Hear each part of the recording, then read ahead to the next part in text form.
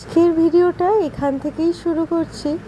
আপনারা হয়তো ভাবছেন আমি এখন কেজি স্কুলের সামনে কি করছি। আসলে রায়গঞ্জে যখন এসছিলাম তখন এই স্কুলটার সামনে এসছিলাম। এই স্কুলটাতে আমার বর ছোটোবেলাতে পড়াশোনা করতো, তাই জন্য যখন ওর চেনা শহরে এসছি তাই ওর ছোটোবেলার স্কুলটাকে দেখানোর জন্যই নিয়ে এসেছিলো এখানে। আর এই যে বাইরে তো প্রচণ্ড রোদ আর কি। আর এই যে ওর যেই ছোটোবেলাতে এই স্কুলেই ও পড়াশোনা করতো, তাই জন্য একটু ভিডিও করলাম। আজকে সেরকম ভিডিও করার প্ল্যান ছিল না, কারণ ফেরার দিন একেই ক্লান্ত, তার উপরে আবার মন খারাপ, তাই জন্য না ভিডিও করার সেরকম মন ছিল না। কিন্তু ভিডিও করা এই জন্যই হয়েছে যে ওর স্কুলটা তাহলে ভিডিওর মধ্যে থাকবে, আমি বা পরবর্তীকালে আমাদের পরের জেনারেশন ওর এই স্কুলটাকে তখন দেখতে পারবে। তো এখন আমরা বেশ কিছুটা রাস্তা চলে এসেছি, আর এখন একটা ওই রেস্টুরেন্টে এসেছি। সকালবেলা তো আর ব্রেকফাস্ট করা হয়নি, তো ওই জন্য এখান থেকে একটু ব্রেকফাস্ট করে নেব। এই সামনেই যেতে যেতে দেখলাম যে একটা রেস্টুরেন্ট পেলাম, তো অত রিনাউন্ড নয়, তাও ভাবলাম দাঁড়িয়ে পড়ে কিছু তো পাওয়া যাবে। তো এই যে এখানে রেস্টুরেন্টের মেনুগুলো দেয়া আছে, এখান থেকে আমরা কিছু সেরকম নিইনি, খালি দুজনে দুটো আলুর পরোটা নিয়েছি। কিন্তু আলুর পরোটা না খেতে দারুণ ছিল। আমরা এখন বসে আছি অনেকক্ষণ ধরে যে কখন আমাদের খাবার আসবে। তো গরম, তার মধ্যে এই যে এই রেস্টুরেন্টটাতে এসে যেন ভাল লাগছে। আর অনেকক্ষণ বাদে আমাদের আলুর পরোটা এসে গেছে। এখানে এক একটা আলুর পরোটার দাম নিয়েছে 80 টাকা করে, মানে এক একটা প্লেটের দাম 80 টাকা করে। আর ও আলুর পরোটা নিয়েছে, তো আলুর পরোটার সাথে পেয়ার আপ করার জন্য টমেটো সস বা চাটনি ছিল। তো এরপরে আমরা আবার খেতে জার্নি শুরু করলাম। এরপরে আমরা একদম গিয়ে দাঁড়াবো লাঞ্চ ব্রেকের জন্য পাপ্পুদা ধাবা যেটা আছে সেই ধাবাতে। আর আমার চোখ মুখের অবস্থা দেখেছেন, পুরো কালো একদম কুচকুচে হয়ে গেছে। বাইরে এত রোদ, সেই রোদে বাইক চালানো, তার উপর এত মোটা মোটা জ্যাকেট পরে আমি খালি টাইম গুনছিলাম যে কতক্ষণে আমি বাড়ি পৌঁছাবো। তো ওই জন্যই আর কি একবার ক্যামেরাটা অন করলাম। আজকে বাড়ি পৌঁছাতে পৌঁছাতে মোটামুটি অনেকটা সময় লেগে যাবে, মানে প্রায় রাত 9টা-10টা তো লেগেই যাবে। তো চলুন এরপরে একদম বাড়িতে গিয়ে তখন আর ভিডিও হয়তো আর করতে পারবো না, তাই জন্য এই যাওয়ার সময় যেই ছোট ছোট ক্লিপগুলো নিয়েছি সেইগুলোই আপনাদেরকে অ্যাকচুয়ালি দেখাচ্ছিলাম। এখন আমরা ওই বহরমপুর ঢোকার আগে দাঁড়াবো আর কি।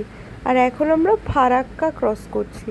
আর এই যে ফারাক্কার সামনে যে বিশাল জলবিদ্যুৎ প্রকল্পটা রয়েছে, তার সামনে দিয়ে যখন যাচ্ছি এত মিষ্টি একটা ঠান্ডা হাওয়া এলো, যেন এই গরমের ঝলসানিটা দূর করে দিল।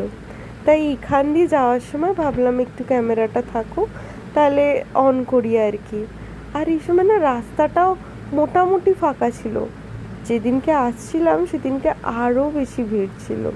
তো এরপরে আমরা এই ফারাক্কার যে জলবিদ্যুৎ কেন্দ্র সেটা আমরা ক্রস করে এখন আমরা সোজা বহরমপুরের দিকে রওনা শুরু করেছি।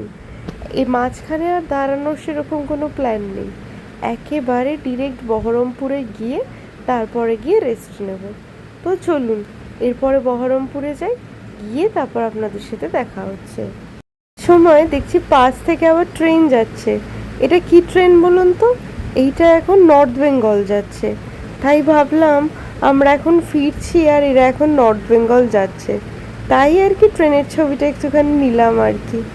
তো চলুন আর বেশি বক বক করবো না গরমের মধ্যে, আমরা একদম বহরমপুরে গিয়ে তারপর দেখা হচ্ছে।